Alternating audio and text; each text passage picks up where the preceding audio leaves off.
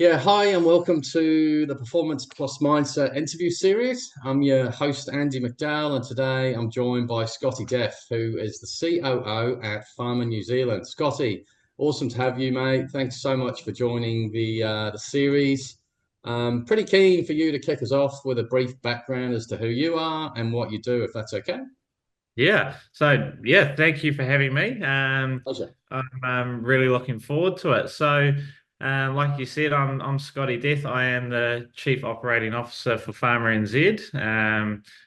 Been doing that for the last sort of 9 months. Previous to that, I was looking after the engineering and facilities side of the business, which I did that for about 2.5 years before that. We're a family owned and operated business, which I married into the business. My wife is the CEO and my father-in-law is the founder and director of the business. So it's kind of how I've ended up in working with nutraceuticals was pretty much marrying into the business. It's definitely not something I had done in the past. So I come from an automation and electrical background, which I did that for over 10 years. And then I owned my own company for 3 years doing that before me and the lovely wife decided we were trying to run two businesses and it was easier to run one. So paper, scissors, rock, I lost and ended up in the family business. Yeah, it sounds an interesting journey, mate. Well done. Few things to juggle there. Hey, what inspired you into leadership? Obviously, you've told me about the family business. Was there but you owned a business before then. Was there an initial spark that led you into that, ownership and leadership direction? It's leadership's always come relatively natural. So you go even look right back into school and you get put into group projects or team activities and I seem to always either by my own accord or to some extent you just end up getting lumped with it, but ending up being the leader of the group effectively, which I love. Like I said, right from school. Um, if I'm comfortable, normally I will be the first one to stick my hand up or be at the front of the line, leading a group of people. Yeah, excellent. So yeah. No, that's cool. And misconceptions or common misconceptions about running a business or even owning a business. What do you think some you've come across, or what are some of those you've come across, and how do you address them? Um, I think the biggest misconception to some extent is people actually probably downplay a little bit, the whole starting a business. At the end of the day, you can go online, you register a business, and technically you have a business. It's literally, and you got to go to the bank and work at the IRD. But when I started my business, it was one of the most simplest starting, actually physically starting it was the most simplest thing you could possibly do. After that, it's all the hard, everything's pretty hard after that for a little bit. But I think I hear from what I've sort of come across is a lot of people nearly make excuses for not starting one, even though that they're probably more than capable and they would probably love the idea of owning their own business or running it. It's sort of that scared tactic or not being brave enough and this whole what if I don't succeed or what if it only it crumbles in 2 years. Well, it's always going to be a what if you don't actually do it. Yeah. So I don't know, it's my sort of philosophy is you be brave. What's the worst that could happen, hopefully as long as you got some financial stability, then why not give it a go. Yeah, I agree that fear of failure is a common roadblock, and just taking that leap of faith requires courage and bravery, doesn't it? So, yeah, Yeah. good on you for doing that, in your past and what you're doing now. Obviously, a family business has Yeah. different dynamics, doesn't it? In that sort of on that theme, should I say, how do you maintain a work-life balance? It would be even more difficult, I can imagine, having being involved in a family business, as an owner. Um, yeah. When the wife we started talking about coming in and working for Farmer NZ, we sort of we put some really good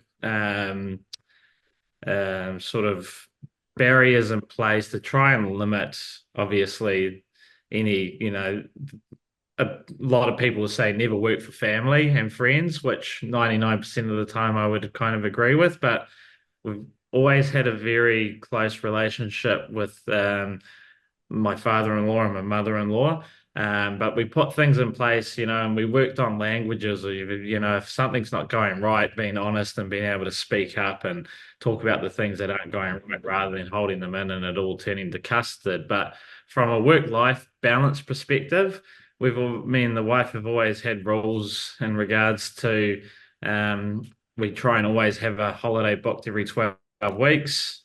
So no matter what, no matter how busy work gets, within 12 weeks, we will have at least a long weekend away or hopefully closer to a week away, So Mm, you can always look to know that there's always a holiday coming up. But unfortunately, work does make its way home, and that's just inevitable. mm. Yeah, it's great. You could almost say a process or some protocols in place to balance that, which is awesome. And anything else? You got, hobbies, sports? Yeah, so I convinced my wife to start playing golf because it was easier than asking to go and play golf. So I roped her into playing golf with me. So we play a lot of golf. I add to the complexity of work-life balance because I'm a volunteer firefighter. So I'm very lucky that the business enables me to pursue that side of it because it is a volunteering side of things. I don't get paid for it, but it takes up a hell of a lot of my time and it can cross into the business side of things. But um, it's a good outlet. I love it just as much as I love my golfing. So Mm, it's virtually great team camaraderie that, I get a lot of enjoyment outside of working. mm. Yeah, A lot that's of awesome. I guess there's good message in there for other owners. So many people just fail to do that. I guess that's your point, eh? Yeah, yeah, definitely. Just on your business landscape, how do you stay adaptable and open to change? It sounds like you're very proactive in putting things in place to stay fresh, if you like. Are there any specific strategies you use to remain innovative? Um, it's a tough one. We've sort of this whole year we've needed to be quite flexible, and we've had to adapt and sort of pivot in a few different ways and shapes and forms. And to be fair, we could have even done it better ourselves. Being a little bit behind the slope and being caught out in a little bit of complacency this year. Um, but we try and stay quite connected between the three of us, myself, my wife, and my father-in-law, Peter, and try and stay, figure out ways of not getting as complacent as we have and working on how we can stay relevant to the industry and doing lots of research on, we follow quite often, as New Zealand does, is we follow a little bit of Australia and America and Europe. So keeping our sort of our eyes and ears to what's happening around the world, Mm, um, and just making sure that we're not getting left behind. And same again, you've got to be brave. You might be the first person in New Zealand that's doing it, and people might think it's a little bit crazy, but then all of a sudden you're the one that's winning a little bit because you're that little bit further ahead. So brilliant. a lot of it's definitely research, networking. Networking would be the biggest one. Right. Talking to people even outside of your industry is huge. Like you Yeah. never underestimate networking outside of the industry because it's crazy. You think that you don't have anything in common. And when you really get down to the crux of things, everyone's got that common ground from a business perspective, and it's always interesting to hear from other business owners or other people in other networks. And you go, well, how could I adapt that to my industry? So yeah, Mm. It's a good point, especially in New Zealand, because we're just such a small country and business community, you could say. yeah, 100%. Yeah, that's the 2 degrees of separation. That's it. That's it. You've talked a little bit about, your innovation. Could you give us a bit of a glimpse into any business future plans and goals for your business? I guess, looking at that vision you have for the next chapter of your family entrepreneurial journey.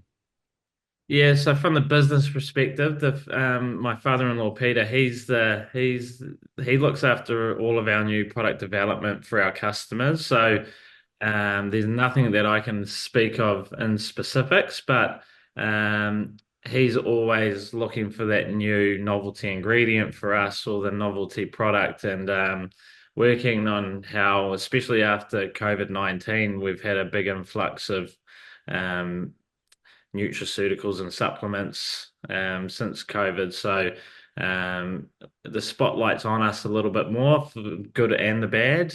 Yep.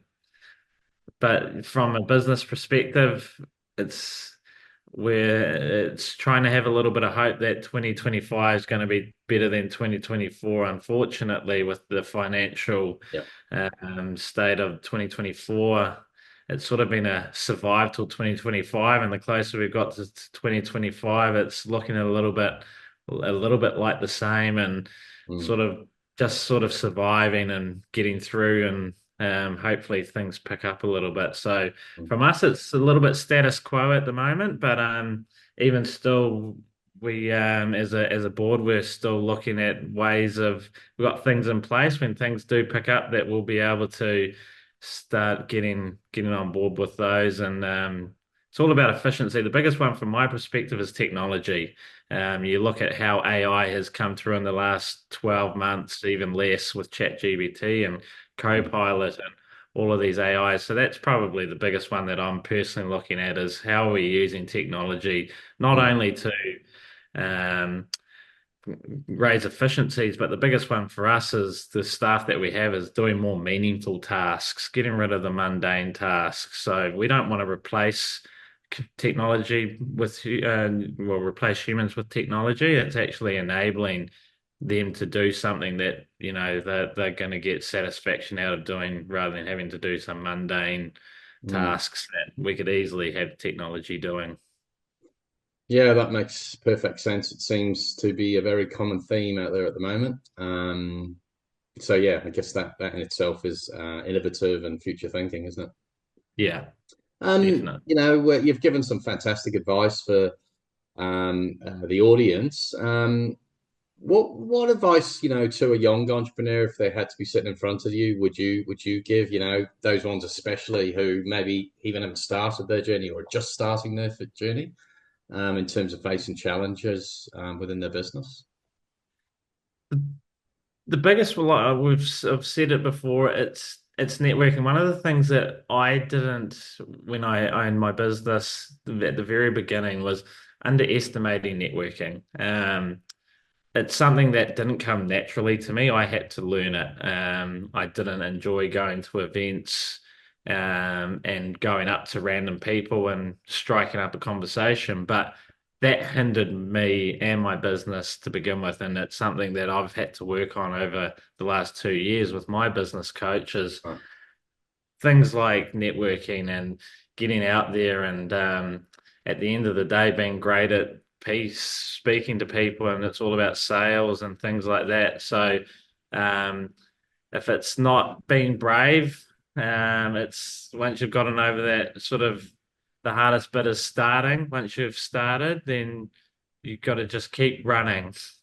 And once you're running, then yeah, it's getting to networking events. It's talking to different people. It's sort of using yourself, Andy, and figuring out, how can I utilize mentors? How can I utilize business coaches? It's one thing that I think it's well worth the money, is utilizing business coaches and mentors, and even just having a chat to some guy at the networking event, and all of a sudden he knows someone. It's New Zealand. We're 2 degrees of separation. The amount of people you would talk to at a networking event and think that nothing will come out of it, and next thing he's got an uncle or a cousin or his brother all of a sudden Yeah, is totally. needing something. So in New Zealand, it's yeah, networking and just literally starting. Once you Yeah. started, you're I away. love, I love that, Scotty. At Focal Point, I've mentioned this as in other series interviews. We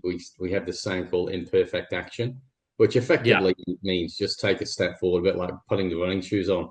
You're never going to get forward. You're never going to move forward, like you say, unless you just start. Yeah. yeah, And exactly. yeah, Yeah, no, awesome, mate. Hey, look, I really appreciate your time and jumping on today at short notice. It was great meeting you, learning more about your journey, and finding out more about the company Farmer and the family background and origins. Best of no, luck with everything. I really appreciate what you contributed today, and take care. All the best. no. Thank you very much for having me, Andy. It's been an absolute pleasure. Awesome, mate.